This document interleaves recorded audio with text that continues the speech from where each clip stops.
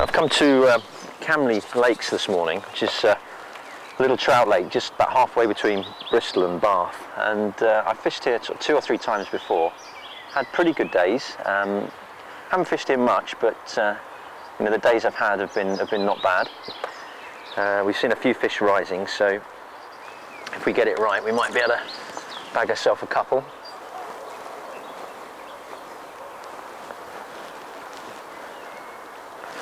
Okay, that'll do us for now. Well, let's go and put some money in the box and get ourselves a ticket and have a look and see how other people have been doing while they've been fishing here.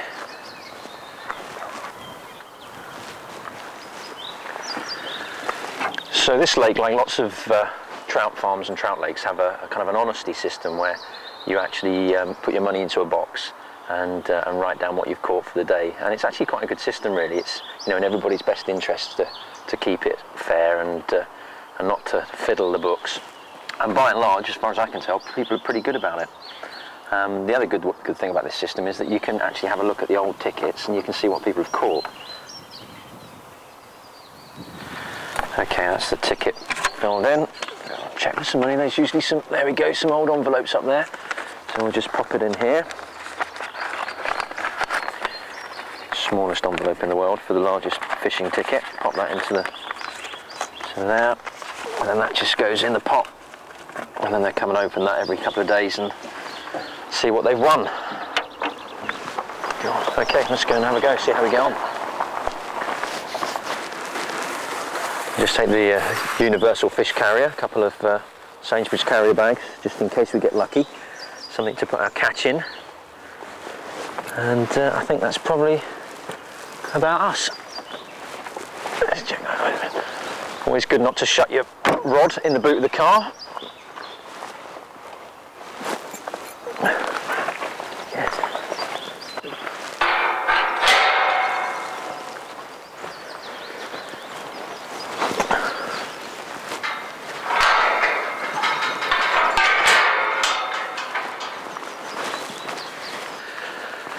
So yeah, I've probably been fishing well since I was old enough to hold a rod, really. My grandfather was a very keen fisherman, and I was fortunate to have him sort of take me and look after me when I was a youngster.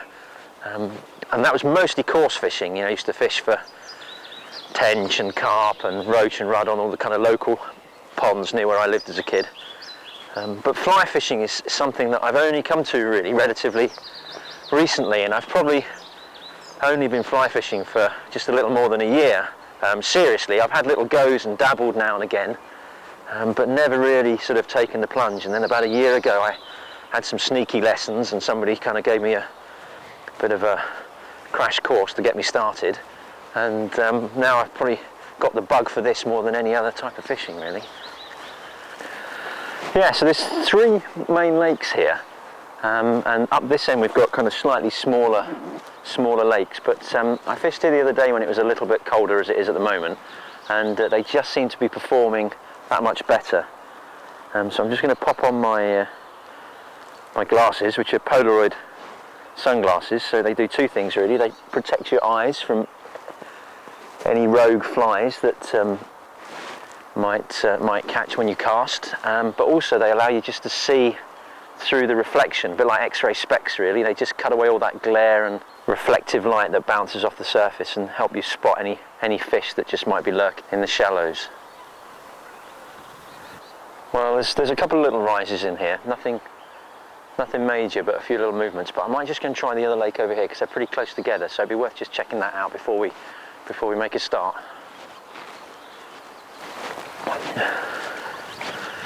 Yeah, it's funny how your primal kind of hunting, tracking skills kick in here, because there's another good sign that we might be on for some fishing today, in that there's some Land Rover tracks down here which you don't usually see.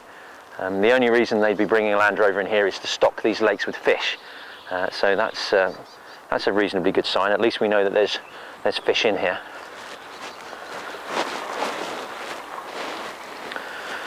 Okay, I think we'll make a start here. Yeah, so the dilemma for me is always that as a relative novice fly fisherman, you know, it's always an advantage for me to have the wind behind me. It makes my casts go a bit further and straightens the line out nicely. But that wind takes kind of particles and kind of food matter in the water for the fish downstream or downwater. So the fish tend to end up congregating downwind. But anyway, we'll start upwind and see how we get on, and then we can move down a bit later. The nice thing about fly line as well is that you have this nice thick tapered line that is much easier to thread. I think the times I've been out in the freezing cold on a riverbank with a coarse fishing rod trying to thread fine fishing lines through the eyes of a rod with freezing cold hands, and it's just such a fiddle. It's a real tricky thing to do, whereas this fly line is much easier to thread. Okay, so we haven't got a hatch coming off or anything that I can see around just to help me, you know, guess about what the trout might be fishing on. So I'm going to use a slightly less technical method, and I'm going to choose the fly that I caught a fish on last time here. So it's always good to start with what you knew worked well before. I think to start with we'll go with a buzzer, because I've used buzzers a lot here before and they've always done pretty well this time of year, so we'll give that a try. I used to remember as a boy with fishing my grandfather, and he used to kind of struggle a little bit sometimes tying on his hooks as his eyesight kind of deteriorated, and I often used to tie them on for him. And it's funny, I'm not quite as old as my grandfather was then, but even now I start to struggle tying these things on. But I think my excuse is that the advent of this new kind of fluorocarbon fishing line, it's much finer for the breaking strain. So you're dealing with lines that are almost the thickness of a hair, almost in some cases.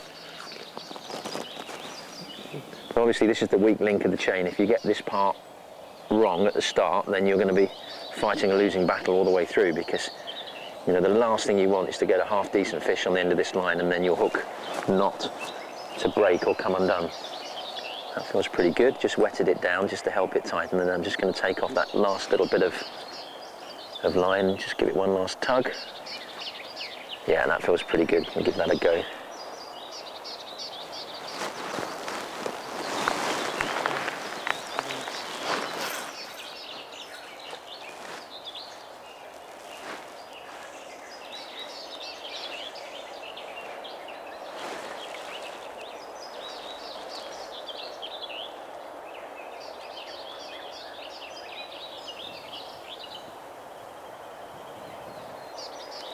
So this fly now will just slowly sink under the surface. I can just see it pulling my line under the water.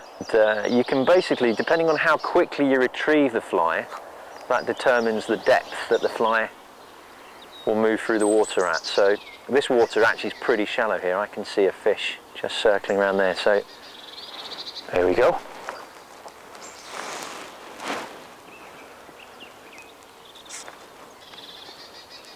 That's got him, that's better. Hey, that's how a trout fights. Right up on the surface there, he's jumping. It's not a battle of strength really, it's just a subtle game, because if I try and bully that fish in, he's gonna beat me. I haven't got terribly heavy line here, and he's a reasonable size. Possibly look like a rainbow, I'm not sure yet, but no, we don't want him going into the bushes there, that's what we want to try and avoid. If he goes into the trees, we're stuffed. Okay, now this time I'm going to concentrate and take my time.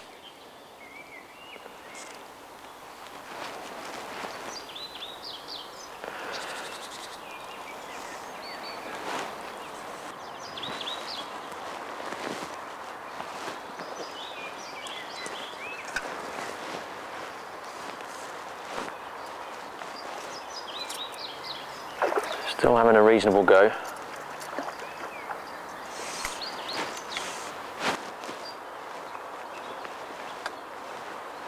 I don't know if it makes any difference, but when I'm kind of bringing them in, I kind of try and get fairly low, because I think if you kind of stand on the banks, once they get a look at you, that's going to spook them. So I just try and keep slightly lower profile. And the trick is to try and use the flexibility of the rod as a kind of a shock absorber, really.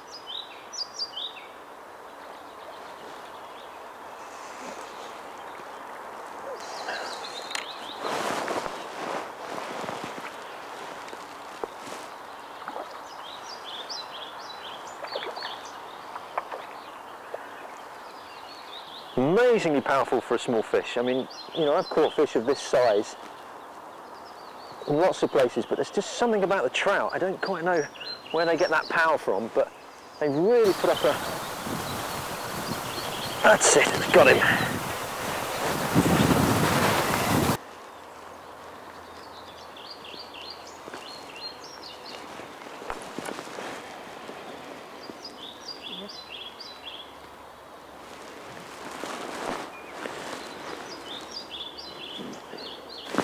Yeah, it's probably just, I'd say, a couple of ounces bigger than the other one. Not much, but still about a pound to a pound and a half maybe. Not quite the £2 mark, I don't think, these, but fine for me for tea.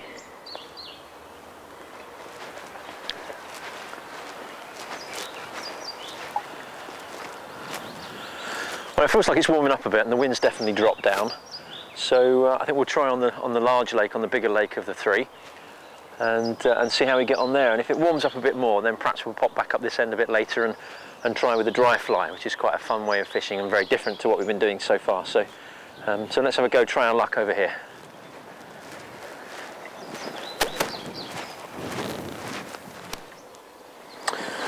Yeah, I'm going to change this this fly. This buzzer's, I think, pretty much come to the end of its life. That last trout had a bit of a chew on it and it's looking a bit tatty, so I'm going to just try and swap it for something a bit more presentable. And the question is what to go for. I mean, I know these kind of colours are working well, so maybe if I try and find something with a similar sort of colour pattern. I think we'll try a Zulu. That's got a bit of black and a bit of red, which is similar kind of colours to the other one.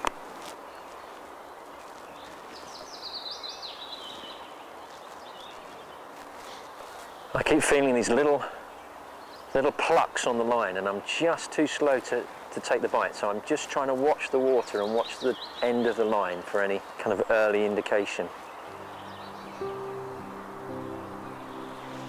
Okay, so that was the last cast. Just bring this back in. Yeah, pretty good day really. Had 3 good fish, and the sun came out in the end, which is nice, always a bonus. Yeah, really nice days fishing. So all that's left to do now really is just to go back up, fill in the card. It's always important to do, write our catch down on the card, and even, you know, give the people an idea of what flies we use so that any other fishermen can learn from that information. And yeah, hopefully we'll come back again and have another day, another time. Been a great day, all things considered.